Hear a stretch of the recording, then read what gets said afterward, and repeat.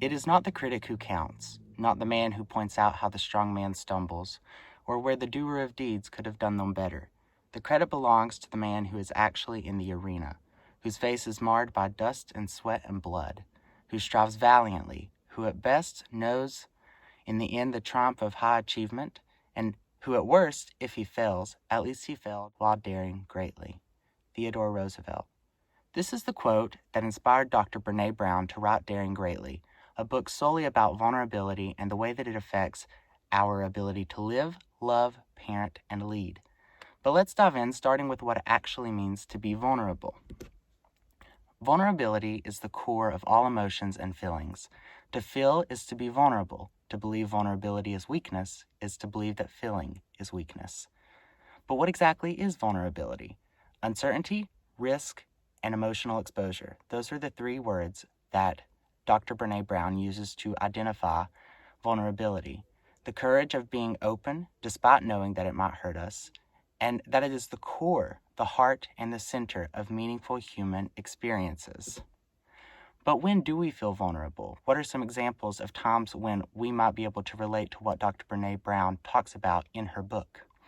We feel vulnerable when we say no, share unpopular opinions, start our own business, fall in love, get pregnant after 3 miscarriages, present our art or product to the world, exercise in public, or help our ill significant other prepare a will. No matter how big or how small, there are so many different ways that we experience vulnerability in our own lives. Living wholeheartedly is how Dr. Brené Brown refers to engaging our lives from a place of worthiness. Believing that you are enough is important to feel vulnerable.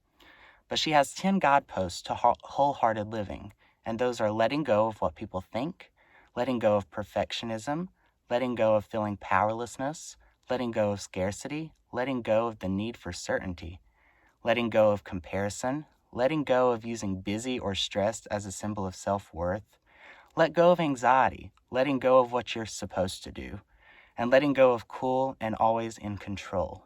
Now we're going to talk about some myths of vulnerability.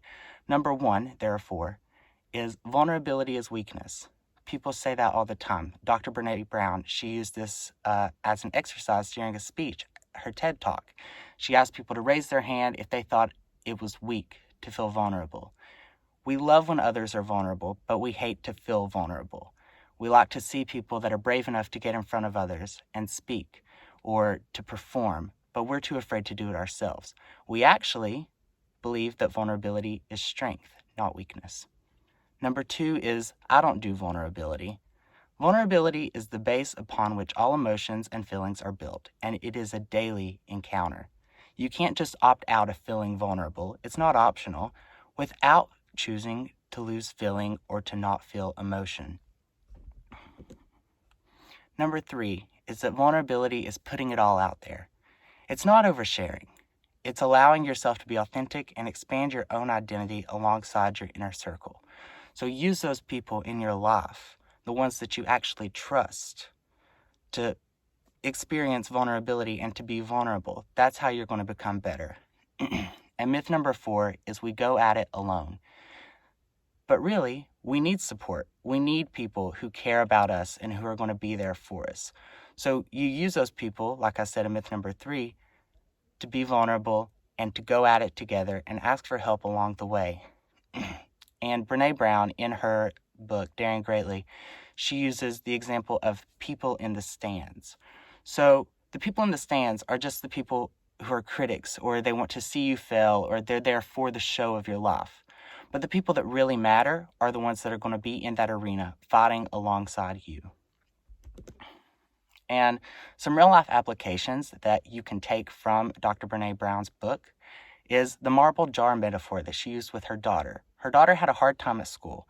As she came home, she was feeling a lot of emotions. She felt like she had just been betrayed by her friend.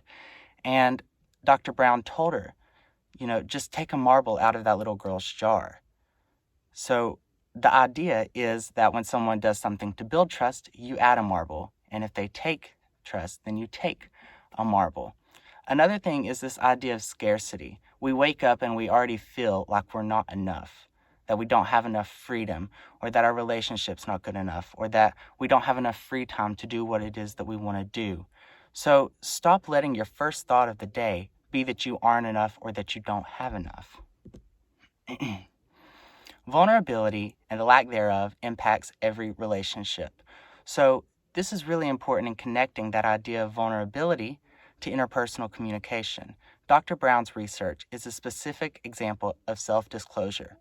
So this relates closely to CPM, the Communication Privacy Management Theory, that we studied earlier on in the semester, and how we maintain those privacy boundaries. And next is the communication theory of identity, and those 4 frames that we studied. And vulnerability, like Dr. Brown talks about, relates really closely, in my opinion, to the enactment of communication frame. I think it's the 2nd frame, where we develop our identity through our communication and our vulnerability.